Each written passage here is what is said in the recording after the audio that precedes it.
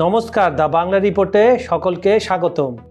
আজকে চীন ভারত সম্পর্কর ফাটল ধরাতে মার্কিন যুক্তরাষ্ট্রের কূটচালের কথা বলবো। আশা করছি আপনারা সঙ্গেই থাকবেন পুরোটা সময় জুড়ে। তড়িৎ চুম্বকীয় অস্ত্রে ভারতীয় সৈনিকদের গড়িয়ে ফেলেছে চীন, এমনই চাঞ্চল্যকর দাবি করলেন ডোনাল্ড ট্রাম্পের ঘনিষ্ঠ এক মার্কিন সেনেটর। দাবি শুনে বিশ্বজুড়ে শোরগোল, আর ভারত চীন সম্পর্কের আঙুল আবার তুলছে ওয়াশিংটন।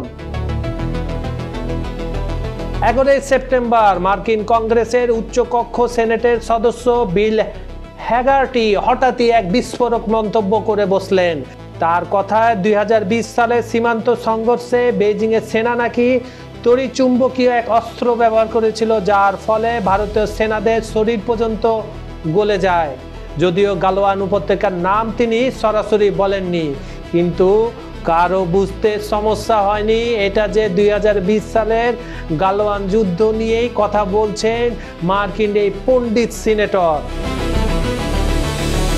প্রথমে এই খবর ছড়ায় মার্কিন সংবাদ মাধ্যম ভয়েস অব আমেরিকার প্রতিবেদনে। সেখানে বেইজিংয়ের এক অধ্যাপক জনি কান রং দাবি করেছিলেন ভারতীয় সেনারা পাহাড়ের এক কৌশলগত জায়গা ছাড়ছিলই না, তাই বাধ্য হয়ে পিএলএ ব্যবহার করে তড়িৎ চুম্বকীয় অস্ত্র। এতে ভারতীয় সৈন্যরা নাকি বমি করে ফেলেন, মাথা ঘুরে পড়ে যান নিচে, শেষমেশ পিছু হটতে বাধ্য হন ভারতীয় সেনারা। কিন্তু এখানেই প্রশ্ন, যুক্তরাষ্ট্রের বহু প্রতিরক্ষা বিশেষজ্ঞ বলছেন মানবদেহ তড়িৎ চুম্বকীয় তরঙ্গ সহ্য করতে সক্ষম। এমআরআই এর মতো যন্ত্র প্রতিদিন ব্যবহার হয়, অথচ কোনো ক্ষতি হয় না। আর তাছাড়া পূর্ব লাদাখের দুর্গম এলাকায় এত বড় অস্ত্র চালানোর মতো বিদ্যুৎ যোগালই বা কিভাবে চীন? ভারতের সেনা অবশ্য শুরু থেকে একে ভুয়ো বলে উড়িয়ে দিয়েছে।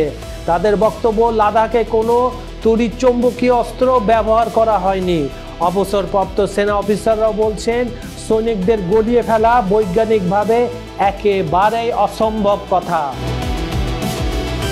বিশেষজ্ঞরা বলছেন আসলে মোদি সরকার ধীরে ধীরে চীনের দিকে ঝুঁকছে।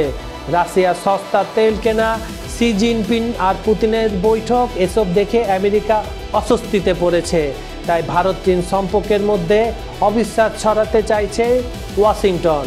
ট্রাম্প ঘনিষ্ঠ হ্যাগার্টির এই মন্তব্য তাই নিছক কূটনৈতিক কূটকৌশল বলেই মনে করছেন অনেকেই। সেভাবে ভারতীয় সেনারা এবং কলকাতাবাসীরাও সেটা ভাবছেন। মনে করে দিয়ে 2020 সালে সেই গালওয়ান সংঘর্ষে প্রাণ হারান কর্নেল বি সন্তোষ বাবু সহ 20 জন ভারতীয় জওয়ান। চীনও 40 জন সেনা হারায়, যদিও বেইজিং সেটা আজও স্বীকার করেনি। তাহলে কি সত্যি ভারতের সেনাদের গলিয়ে দিয়েছিল চীনের তড়িৎ চুম্বকীয় অস্ত্র, নাকি এটা নিছক রাজনৈতিক চাল, ভারতকে আবার মার্কিন শিবিরে ফেরানোর চেষ্টা? উত্তর যাই হোক, গালওয়ানের শহীদদের আত্মত্যাগ নিয়ে আজও কোনো প্রশ্ন নেই।